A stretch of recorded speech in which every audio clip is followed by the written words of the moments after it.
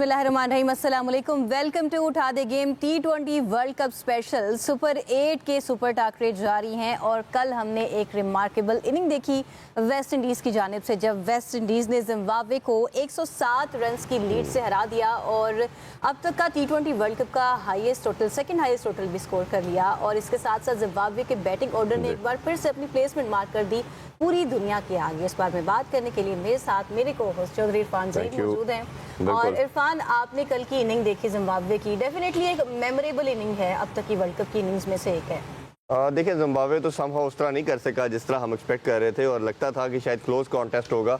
कुछ चांसेस ऐसे थे। वेस्ट इंडीज बहुत आउटस्टैंडिंग खेला और देवर नोइंग कि हमारा कहीं ना कहीं रन रेट का मार्जिन भी आ सकता है और उनके माइंड में था, क्लैरिटी थी उनको कि ये मैच है, दिस इज द मैच जिसमें हम अपना रन रेट को भी इम्प्रूव कर सकते हैं। और आप देखें कि डिस्पाइट ऑफ इट कि उनकी 2 विकेट्स गिरी, फिर हेडमार्क का 2 दफ़ा कैच ड्रॉप हुआ, बट उनकी इंटेंशन बड़ी क्लियर थी। वो कांस्टेंट वो अटैक की तरफ गए और हमने देखा कि इस वर्ल्ड कप का हाईएस्ट टोटल और ओवरऑल सेकंड हाईएस्ट टोटल भी उन्होंने जी लगाया बोर्ड पे। तो ये मेरा ख्याल है कि वेस्ट इंडीज़ का अगले राउंड के लिए, सेमीज के लिए जो जर्नी है वो काफी अब नजर आ रहा है कि फेवरेट नजर आ रहा है। साउथ अफ्रीका को ऑब्वियसली फेस करने वाले, तो मुझे लग रहा है कि टफ टाइम मिलेगा साउथ अफ्रीका को भी, क्योंकि 254 का टोटल फेस करना एक बहुत बड़ी बात होती है। और ये T20 में one of the best side है और खास तौर पे लास्ट इन्होंने वर्ल्ड कप भी 2016 का भारत में ही जीता था और ये पिचेस काफी रिलेट करती हैं इंडिया की। और बात करते हैं वेस्ट इंडीज की, तो मेरा ख्याल है उनके बैटर को बड़ी सूट करती है और बॉलिंग में भी बहुत आउटस्टैंडिंग चल रहे हैं। तो all good marks to the West Indies, जी बड़ा शानदार खेल रहे हैं। आज पाकिस्तान फेस करने जा रहे हैं इंग्लैंड को और इन दोनों मौजूआत पर बात करने के लिए हमारे साथ हमारे एक्सपर्ट्स मौजूद हैं। तो सबसे पहले एक्सपर्ट अदनान अकमल, हमारे टेस्ट क्रिकेटर, और हमारे साथ एक्सपर्ट उमर हमीद है। उमर, कैसे हैं आप? अस्सलाम वालेकुम। और एक्सपर्ट शाहनवाज भी हमारे साथ अल्टरनेट स्टूडियो से मौजूद हैं। शाहनवाज, सुन पा रहे हैं? क्या हाल है आपका? जी, मैं अल्लाह का शुक्र, सानिया ठीक हूँ, आप बताएं। मैं ठीक हूँ। अदनान, मैच देखा कल आपने वेस्ट इंडीज का? मुझे ना एक बात याद आ गई कि ये क्या कर रही है, इतना मारी है। तो वेस्ट इंडीज ने इतना मारा है ना जिम्बाब्वे को, कहीं ना कहीं जो कह रहे हैं चारों तबर रोशन हो गए ना वो इंडियन टीम को हो गए कि भाई इनको किस तरह हराना है। क्योंकि कहीं ना कहीं कल का मैच जीते के बाद इंडिया के ऊपर इतना प्रेशर बन गया है कि अब हमारे लिए सेमीफाइनल का सफर मुश्किल लग रहा है, क्योंकि जिससे जीतना था वो तो भाई फॉर्म में आ गए हैं, वो है वेस्ट इंडीज टीम। क्योंकि साउथ अफ्रीका से वो हार चुके हैं, एक टीम अच्छी रह गई है जिनसे वो जीत सकते हैं। बड़ा टफ मैच होगा जिम्बाब्वे और इंडिया का। मुझे लगता है कि वो इंडिया वो जीत सकता है मैच, उसके अलावा कोई मैच जीतता हुआ नजर नहीं आ रहा मुझे इस सुपर 8 में। और एक और बात बता दूं आपको कि इस मैच, इस इंडिया टीम को ये कहीं ना कहीं पता चल गया है कि अब हमने करना क्या है। अब इस सेमीफाइनल में अगर इंडिया क्वालिफाई नहीं करती तो इनकी क्रिकेट डिक्लाइन की तरफ जाएगी। क्यों? बिकॉज ऑफ गौतम गंभीर, जिसकी वजह से आके विराट कोहली ने, रोहित शर्मा ने रिटायरमेंट ली। और उसके बाद अगर जिसमें वर्ल्ड कप में ये वर्ल्ड कप जीते थे उसमें राहुल द्रविड़ था, उसमें उस राहुल द्रविड़ ने अंडर 19 ग्रास रूट लेवल पे कोचिंग करके वो प्लेयर तैयार किए और उनको वर्ल्ड कप में लेके गया। और देखें वर्ल्ड कप वो इंडिया जीता उसकी कोचिंग में, उसकी कोचिंग में। तो कहीं ना कहीं ये क्रिकेट जो है ना वो चेंज होगी आफ्टर दिस वर्ल्ड कप और इंडिया डिक्लाइन की तरफ जाएगा। अगर ना किया तो बहुत सी, मुझे लगता है कि कोच भी चेंज होता हुआ नजर आ रहा है। दूसरी तरफ अगर वेस्ट इंडीज की क्रिकेट की बात करें तो उन्होंने मॉडर्न क्रिकेट को लेके ही इस वर्ल्ड कप में आए। और मैं ये बता रहा हूँ कि इस बार मुझे लग रहा है चांस साउथ अफ्रीका और वेस्ट इंडीज जो है वो फाइनल में नजर आ रहा है। बिल्कुल, आपने तो फाइनल भी बता दिया। जी उमर भाई, आपका कल के मैच के बारे से क्या एनालिसिस है? कल का जो मैच था जी, उसमें हिटमेयर ने जिस तरह से इनिंग खेली है, जिस डोमिनेशन के साथ, वो mind blowing, one of the best innings. और इस टूर्नामेंट का तो सबसे बड़ा टोटल कर दिया। और ओवरऑल वर्ल्ड कप्स में सेकंड हाईएस्ट है। नंबर 1 पे जो है वो श्रीलंका है। 2007 में उन्होंने 260 रन्स बनाए थे। ये इस टूर्नामेंट का सबसे बड़ा टोटल भी है और ये इंडिया को एक किस्म की थ्रेट भी है कि आप आएंगे तो हम आपके साथ क्या करेंगे। But yes, on the other hand India is number 1।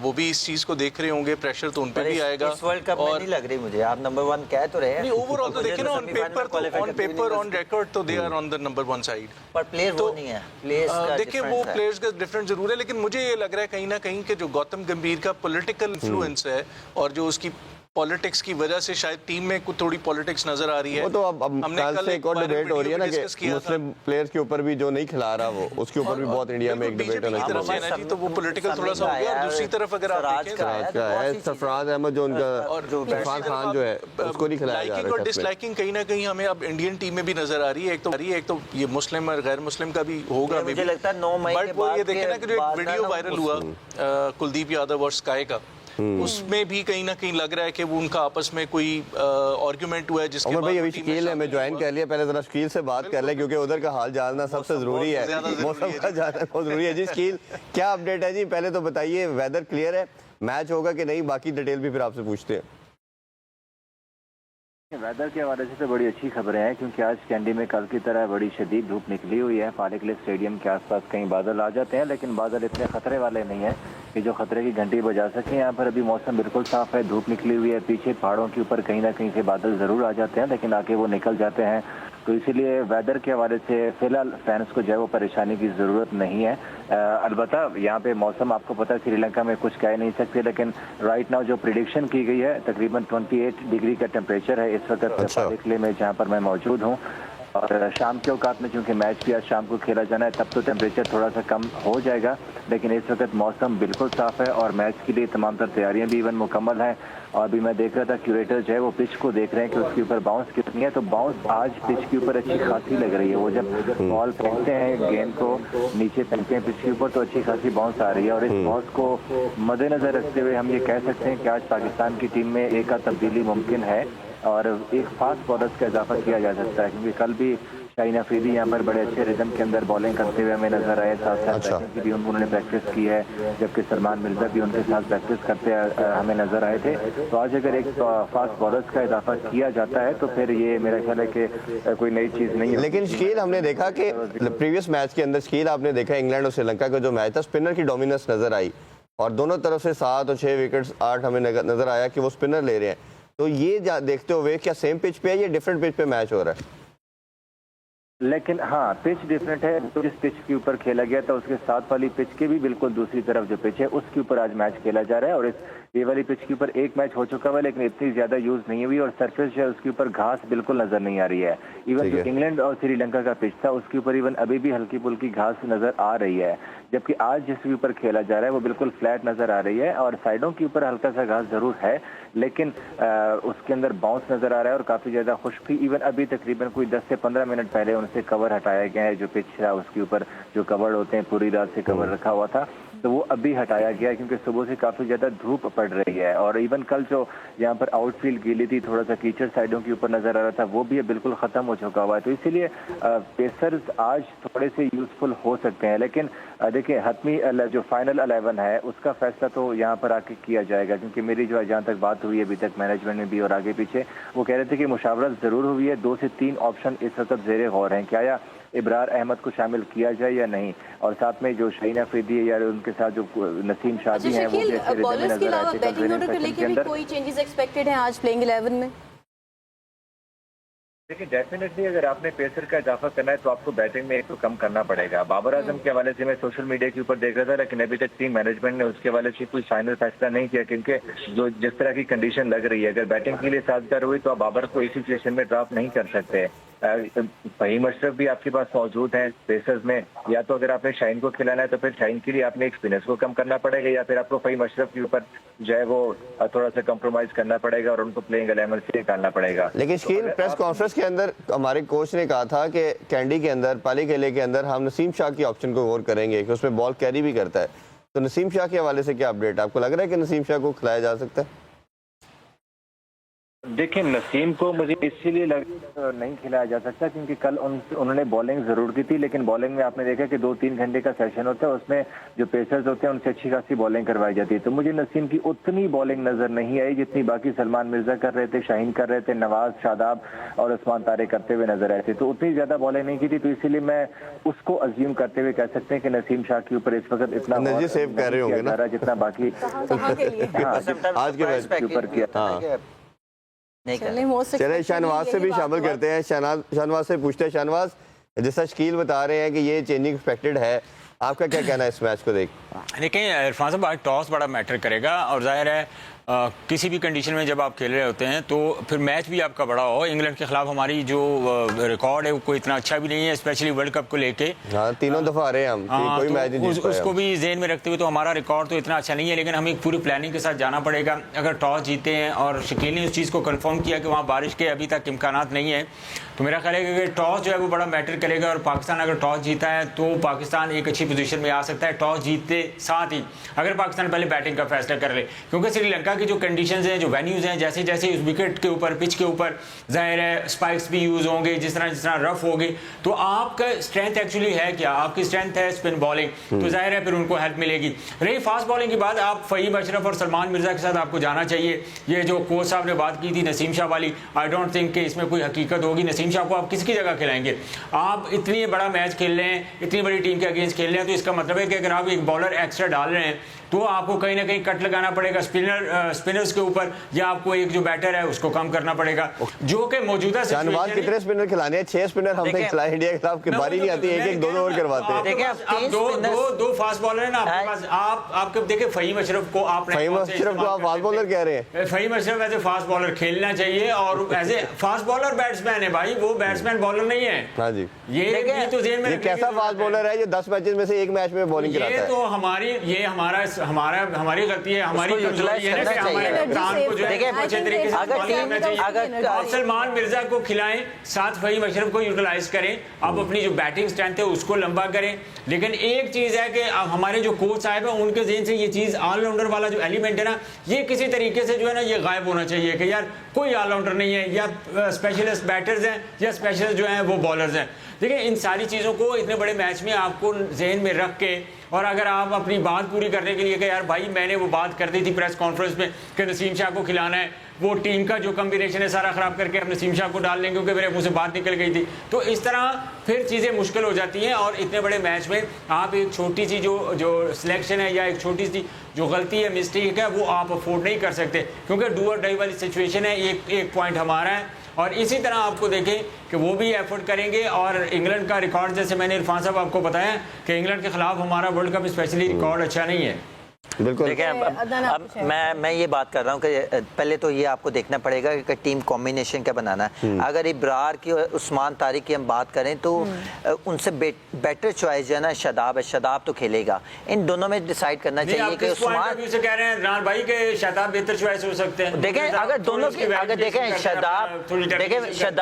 Shadab की मैं इसलिए कह रहा हूँ कि वो बैटिंग बेहतर कर लेता है इन दोनों से, क्योंकि अगर उस्मान तारिक की बात करें या इब्रार की बॉलिंग की बात करें तो वो इतने अच्छे बैटर नहीं है, उनसे बेहतर जो है वो।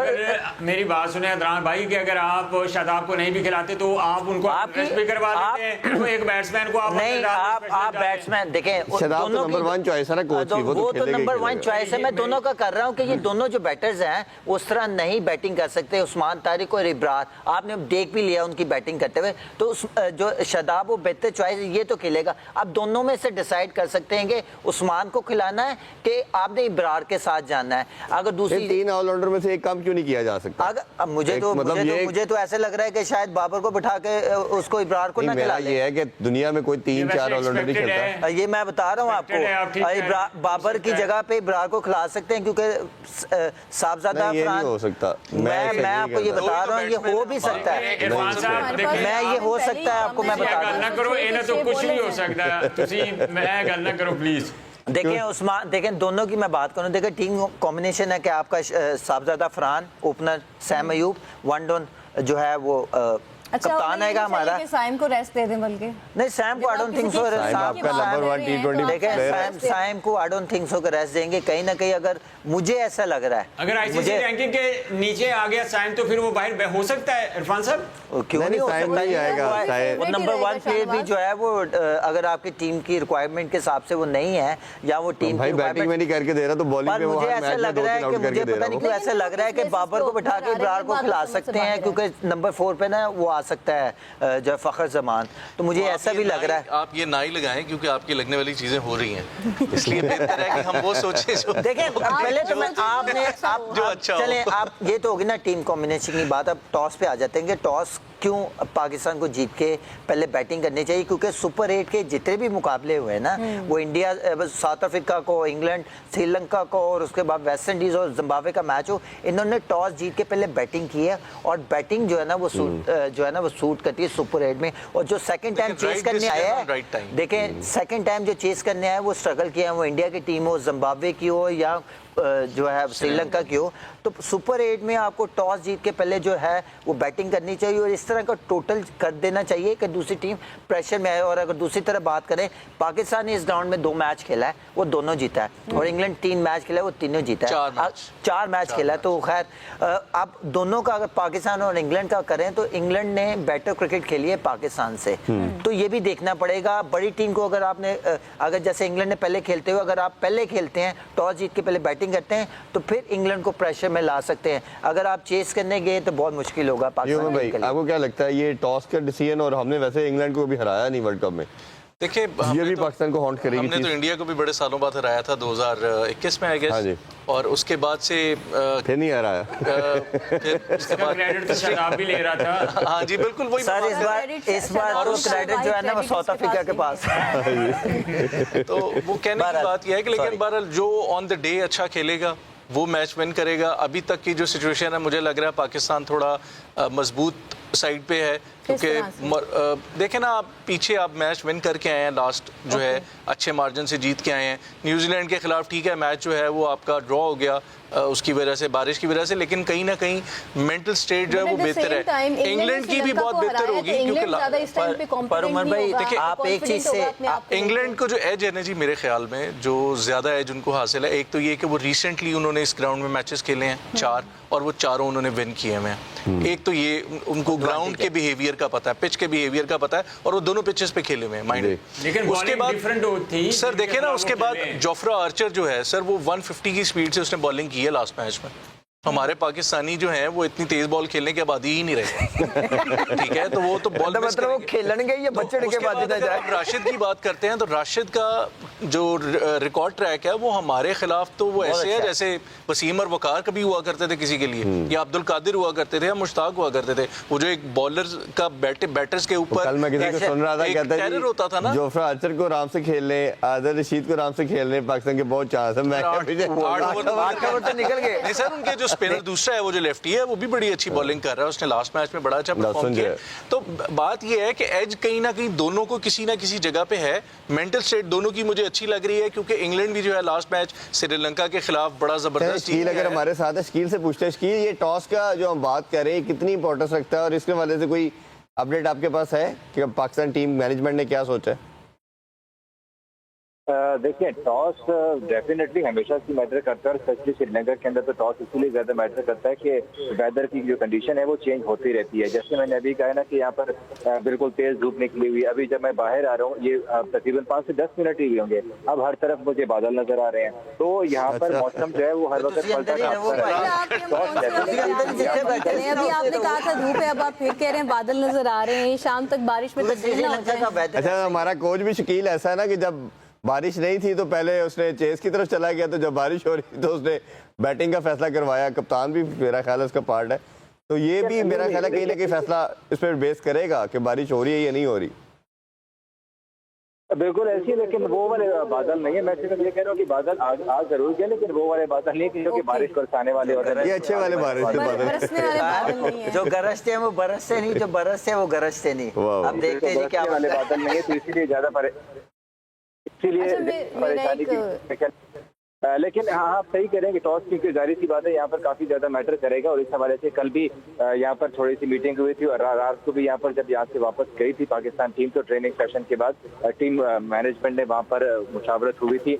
मेरे जराये कहते हैं कि वहाँ पर इतनी ज्यादा मुशावरत हुई थी, लेकिन फाइनल उन्होंने नहीं किया था, क्योंकि यहाँ पर इंग्लैंड की टीम काफी ज्यादा मैचेस खेल चुकी हुई है और हमने अपना पहला मैच खेलना है, और इन सारी चीजों को मद्देनजर रखते हुए टीम मैनेजमेंट ने ये फैसला किया कि वहाँ पर जाकर ही हम लोग ये डिसाइड करेंगे रहेगा, क्योंकि तकरीबन 1.5-2 घंटा पहले यहाँ पर टीमें आ जाती हैं जिस दिन मैच होता है मैच डे के ऊपर, और इसीलिए अभी तक उन्होंने फाइनल फैसला नहीं किया हुआ कि वो किसके साथ जाएंगे, लेकिन 2-3 ऑप्शन के ऊपर गौर उन्होंने जरूर किया है और बहुत सारी ऐसी चीजें जिनकी पर मुशावरत हुई है।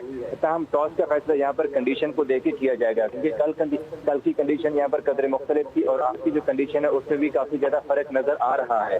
धूप और बादलों का मैंने आपको बता दिया था कि देखें, अब मैं थोड़ी देर बाद आपके वीडियो पे भी आने की कोशिश करूंगा कि आपको मैं एग्जैक्ट यहाँ पर सिचुएशन दिखा सकूं कि वेदर किस तरह से चेंज होता आ रहा है। जैसे मैंने जिक्र किया था कि धूप बादल आ गए हुए, बादल फिर चले गए, धूप आ गए, तो ये सिलसिला तो चलता रहेगा और इसीलिए यहाँ पर मैनेजमेंट जो है वो इतनी जल्दी फैसला नहीं कर रही है कि वो किस तरह जाएंगे। आया टॉस जीत कर पहले बैटिंग का फैसला किया जाएगा। दूसरी जानिब पेसर्स की बात की आप लोगों ने, तो यहाँ पर कल शहजादा फरहान क्योंकि प्रेस कॉन्फ्रेंस करने आए थे, टीम कप्तान नहीं आए थे, तो उनसे भी यही सवाल हुआ था कि अब वो पेसर नहीं है, जबकि इंग्लैंड की जानिब से हम देख रहे हैं कि जोफ्रा आर्चर भी है, तो उनका कहना था कि हमने उस हिसाब से तैयारी जरूर की हुई है।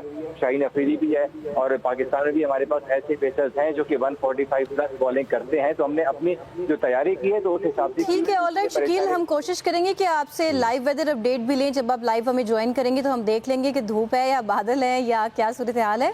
अच्छा, मेरा एक हम्बल क्वेश्चन है आप सब लोगों से, जिस तरह से हम अभी पिच डिस्कस कर रहे हैं, वेदर और क्लाइमेट की बात कर रहे हैं, तो ये डिसीजन कैप्टन का होना चाहिए या कोच का होना चाहिए? वैसे पूछे हम्बल क्यों? मुझे लग रहा है कि बड़ा ही मासूमाना सा सवाल है कि इतनी ज्यादा कोच का अमल दखल क्यों होता है, कैप्टन की अपनी इनसाइट नहीं होती है? देखें, ये कोच और कैप्टन का एक म्यूचुअल कम्युनिकेशन होती है कि आपने किस तरह करना है। देखें, सबसे पहले आप देखते हैं जाके ग्राउंड कंडीशन क्या है। अगर ग्राउंड कंडीशन ख़राब है, जैसे इंग्लैंड के मैच में हमने देखी कि ग्राउंड में इतना तेज़ आउटफील्ड नहीं था, कहीं ना कहीं पैचेस हमें नज़र आ रहे थे कि जैसे वो बहुत ज़्यादा जो है वो गीले हैं, तो फिर उसके बाद देखा जाता है पिच कंडीशन क्या है कि पिच में सॉफ्टनेस है कि हार्डनेस है। फिर उसके बाद आपको वेदर को देखना पड़ता है कि क्या आपने वेदर को रीड किया हुआ कि किस टाइम पे बारिश होगी, किस टाइम पे नहीं होगी।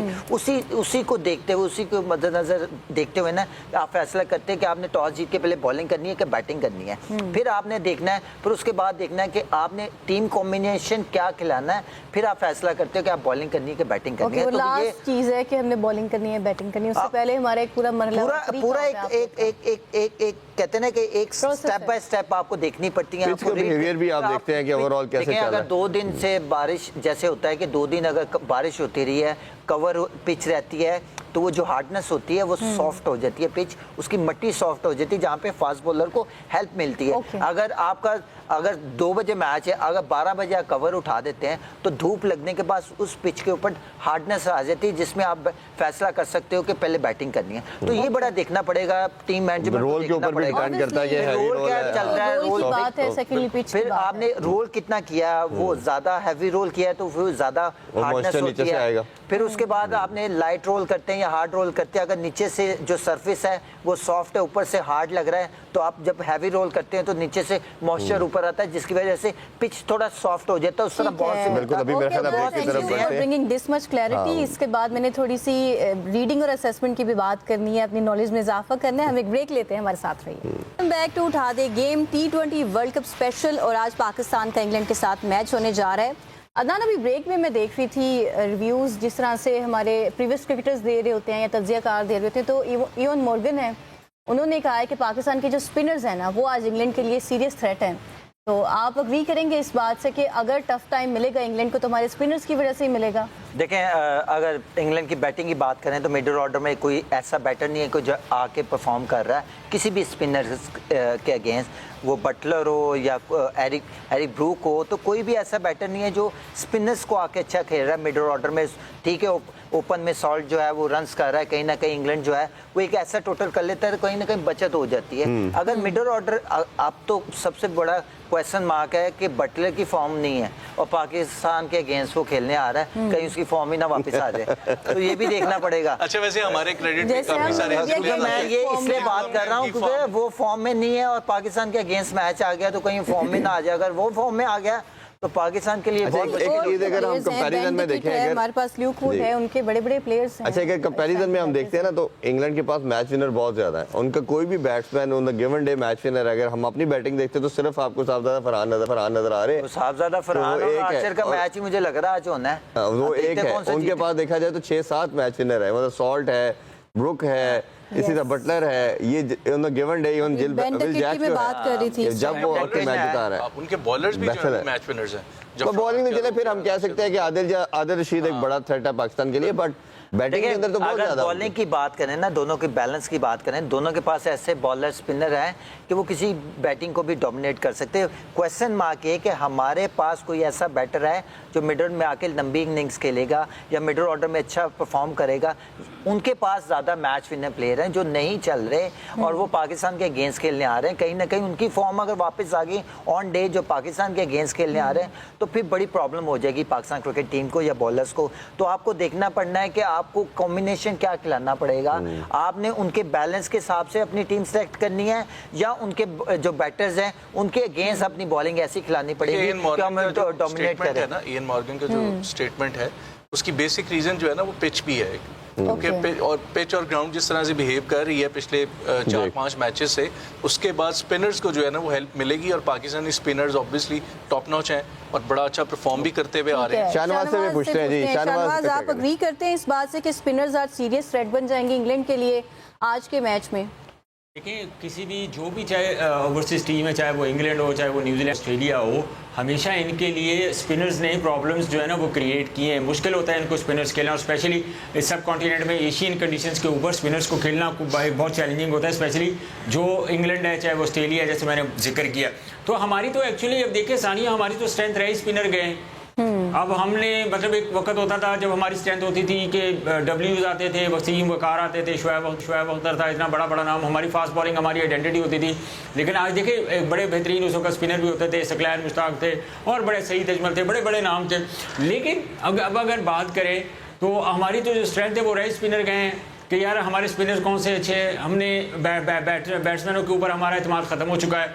फास्ट बॉलर्स की क्रिकेट तकरीबन हमने वैसे ही उस पर कांटा लगा दिया है कि शायद हमें जो टेस्ट मैचेस जितवाने हैं वो भी स्पिनर्स ने जितवाने हैं। आपको शाहनवाज भाई याद हो आपको कि जो हमने वाइट वॉश किया था इंग्लैंड को, तो वहाँ पे भी स्पिनर ने डोमिनेट किया था क्योंकि इंग्लैंड स्पिनर्स को इतना अच्छा नहीं खेलते। तो ये भी एक क्वेश्चन मार्क है। देखिए ना, स्पिनर्स के खिलाफ हमेशा जितने भी गोरे वो सब स्ट्रगल करते हैं, ये आपको पता होना चाहिए।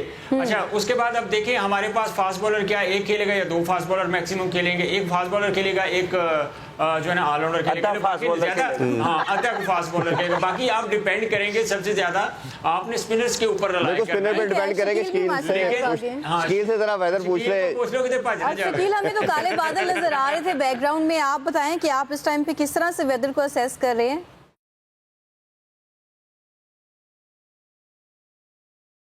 को शायद सॉरी, आपने मुझसे पूछा वेदर की? जी एग्जैक्टली आपसे वेदर के बारे में सवाल किया। बैकग्राउंड में हम काले बादल देख रहे हैं। आप देख रहे हैं कि मेरे जी मैं वही कह रहा हूँ कि बिल्कुल मेरे बैक साइड के ऊपर आपको बादल नजर आ रहे हैं, बल्कि मैं चले आपको ये देखिएगा बिल्कुल बैक साइड के ऊपर काले बादल नजर आ रहे हैं। लेकिन अगर मैं शकील अगर आप आवाज सुन पा रहे हैं तो काइंडली बताइएगा वेदर के हवाले से। आप ये देखिएगा, बात करते हैं एक बार फिर से शकील से। आई थिंक कोई टेक्निकली माइक इशू है। शकील खटक से राब्ता भी नहीं हो पा रहा, दोबारा ट्राई करते हैं। अच्छा, ये वेदर का तो इन्फ्लुएंस इम्पैक्ट आएगा और ऑब्वियसली ये मैच की इंपॉर्टेंस बहुत ज्यादा है, ये आज डिफाइन करेगी दोनों के लिए। शाहनवाज आप कंप्लीट करें। नहीं आप कंप्लीट करें। सॉरी कि आज हमारे बैटर्स का रोल क्या होगा, पहले उस रोल को तो आइडेंटिफाई करना पड़ेगा ना आज।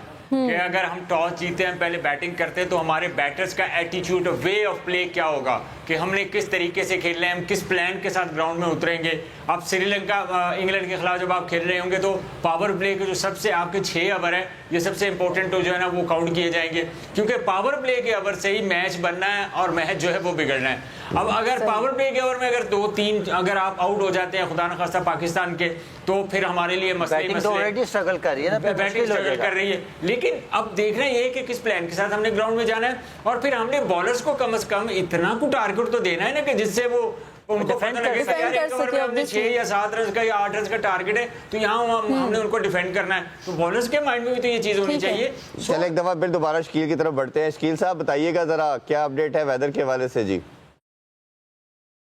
इरफान सर, मैंने आपको जब ऑडियो पे हम थे मैंने आपको बताया था कि यहाँ पर बादल और जो गर्म मौसम है, सूरज है वो तो है ही, बिल्कुल बैक साइड के ऊपर आपको नजर आ रहे होंगे फ्रेम के अंदर के काले बादल छाए हुए हैं, लेकिन अपोजिट साइड के ऊपर अगर बात करें मगरिब की तरफ जो हमारी यहाँ पर बनती है वेस्ट साइड की तरफ, तो वहां पर इस वक्त सूरज निकला हुआ है, उस साइड भी बादल जरूर हैं। तो अब आप लोगों ने खुद से असेसमेंट करनी है, लेकिन जो महकमे मौसम में आते हैं यहाँ पर उन्होंने ये यहाँ पर जो पेश गोई की है कि यहाँ पर बारिश नहीं होगी, अलबत्ता शाम के औकात में टेम्परेचर थोड़ा डाउन होगा, गर्मी बरकरार रहेगी। गर्मी की जो शिद्दत है यहाँ पर इवन अगर टेम्परेचर 28 की है तो फील लाइक ऐसे 33-34 डिग्री सेंटीग्रेड है कि आप खड़े नहीं रह सकते ज्यादा देर धूप के अंदर, तो इतनी ज्यादा तेज धूप यहाँ पर पड़ रही है। तो वेदर की कंडीशन तो बिल्कुल मैच के लिए साजगार है, मैच भी हो सकता है। ग्राउंड को भी इस वक्त जो पिच था उसको भी अनकवर्ड किया गया है और थोड़ी ही देर बाद यहाँ पर टीमें आ जाएंगी और थोड़ा सा वार्म अप सेशन जो उनका होता है मैच से केवल वो होगा। वेदर के हवाले से परेशानी की जरूरत नहीं, अगर इस वक्त परेशानी पाकिस्तान टीम को है वो सिर्फ बैटिंग के अंदर तसलसल है, जो कि हम देख रहे हैं कि जो हमारा टॉप ऑर्डर है वो मुसलसल नाकाम होता हुआ नजर आ रहा है। अगर एक आध बैटर चल जाए तो चल जाए, जैसे ज्यादा फरहान ने यहाँ पर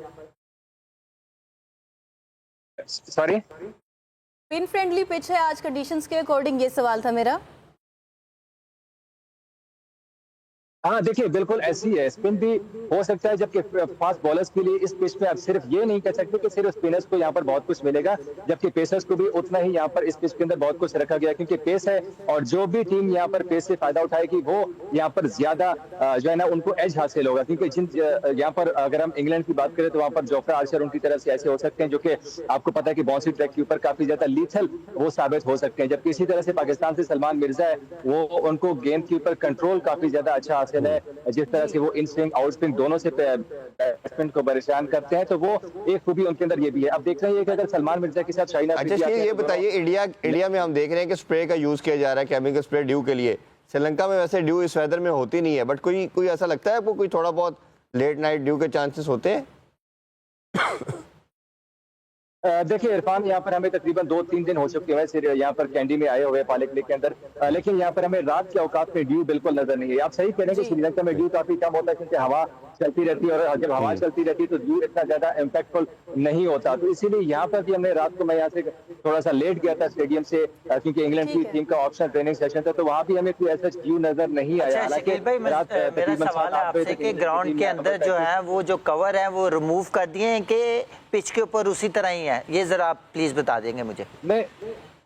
नहीं अदनान साहब, यहाँ पर जो कवर थे पिच के ऊपर, वैसे भी पिच को पूरी तरह से कवर नहीं किया गया था, जो एक हल्का सा कवर होता है पिच के ऊपर नॉर्मली वो था, कवर रिमूव कर दिया गया है क्योंकि अगर तुम बारिश नहीं होनी तो इसका मतलब है कि ग्राउंड्समैन को पता है कि बारिश नहीं होनी, तो फिर जो पिच के अंदर मॉइस्चर है वो खत्म हो जाए। अगर धूप निकली हुई है तो कवर रिमूव हो गए, तो इसका मतलब है कि पिच जो है वो अच्छी तरह ड्राई होगी और वो उसको अच्छी तरह रोल करेंगे, तो एक जो है ना स्पोर्टिंग पिच हो जाएगी जहाँ पे स्पिनर्स को और बॉलर्स को हेल्प और बैट्समैन को हेल्प करेगी। बिल्कुल ऐसे यहाँ पे मॉइस्चर हमें तो नजर नहीं आ रहा है स्पीकर के अंदर, क्योंकि जितनी तेज धूप और गर्मी पड़ रही है, और सुबह से मैं तकरीबन 11 बजे यहाँ पर आ गया था, जो अमूमन होता है कि पूरी तरह से पिच को कवर किया जाता है वो नहीं था, खाली जो हल्का सा आपको पता है कि हल्का सा उसके ऊपर पिच को कवर किया जाता है, तो वो जरूर था, लेकिन वो भी तकरीबन 1 घंटा हुआ उसको हटाए हुए और उसके ऊपर रूलर भी फेर दिया गया, क्यूरेटर आए थे, उन्होंने वहाँ पर बाउंस भी चेक किया था, आउटफील्ड को अलबत्ता जरूर हल्का फुल्का पानी। ये तो फिर मेरा ख्याल है कि आगे हम देखते हैं जी किस तरफ चलता है, पाकिस्तान अच्छा कह रहे हैं, मेरा ख्याल है। शुक्रिया जी, खेल पाता और कल इंशाल्लाह मुलाकात करेंगे दोबारा कि बैटिंग पे पाकिस्तान आए, अच्छा टोटल दे। हमें दीजिए इजाजत, अल्लाह हाफिज। पाकिस्तान जिंदाबाद। पाकिस्तान जिंदाबाद।